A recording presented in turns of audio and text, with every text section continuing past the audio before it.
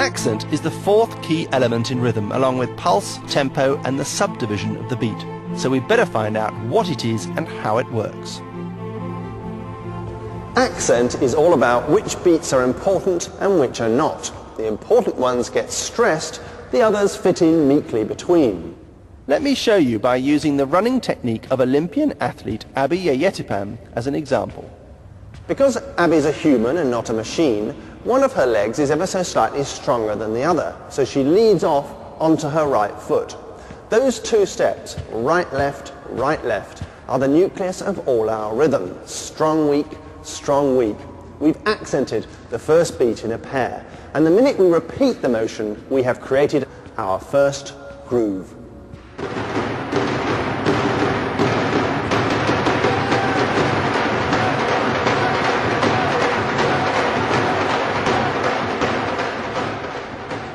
So fundamental to our rhythmic instinct are these accents that we even imagine them when they don't actually exist. We can't help ourselves. Listen to this pulse, which could be the ticking of a clock. Listen for long enough and you'll find yourself organizing this ticking into groups of 2 or 4. Your brain automatically gives one of the beats an emphasis by default.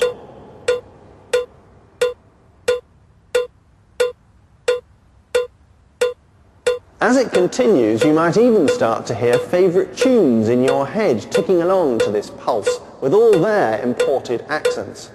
But there's no accent or emphasis in this electronically generated beat at all. I deliberately fixed it so there wasn't. Your brain has superimposed a hierarchy on the beats. It has created virtual accents. You can, if you like, take any collection of equal beats and give 1 or 2 of them special emphasis. So if you had 8 beats to play with, you could divide them into 2 groups of 4 and put an accent on the beginning of each, like Handel does in Zadok the Priest.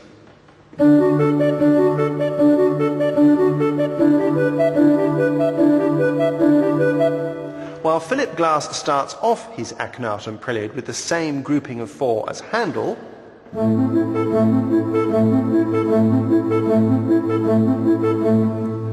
pretty soon he starts to change where the accent falls. So it turns into this.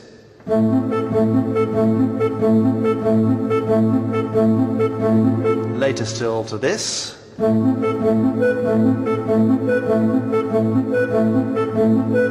And finally, this.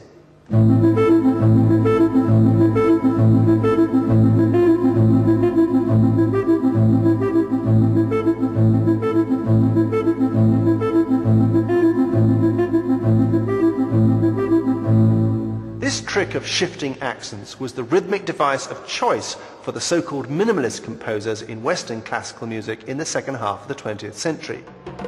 But this had been meat and veg for African musicians for thousands of years, where they might improvise for hours on end, making subtle and incremental changes to the accents every so often.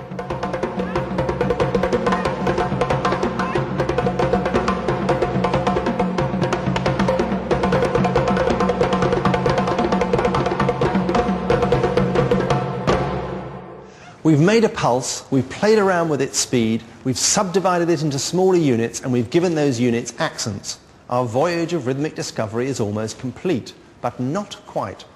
Subdividing beats and giving them accents has one important side effect that has given an extra charge to rhythm of excitement and energy over the centuries, but particularly in the 20th and 21st.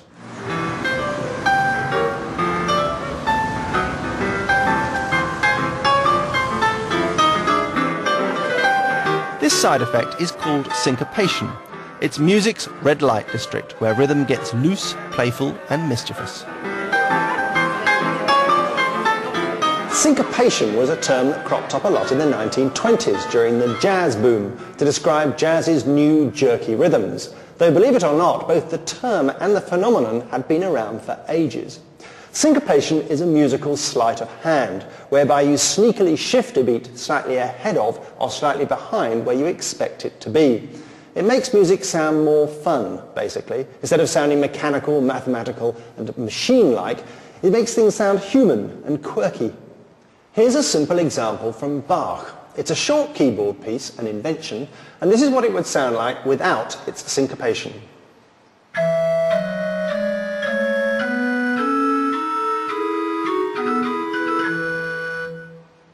But this is what Bach actually wrote.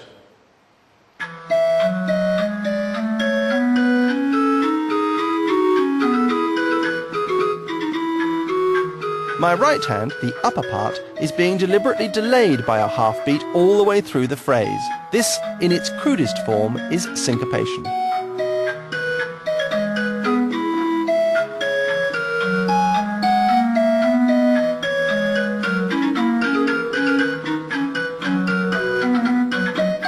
Though it can be found in classical music, it's much more common in folk and popular music.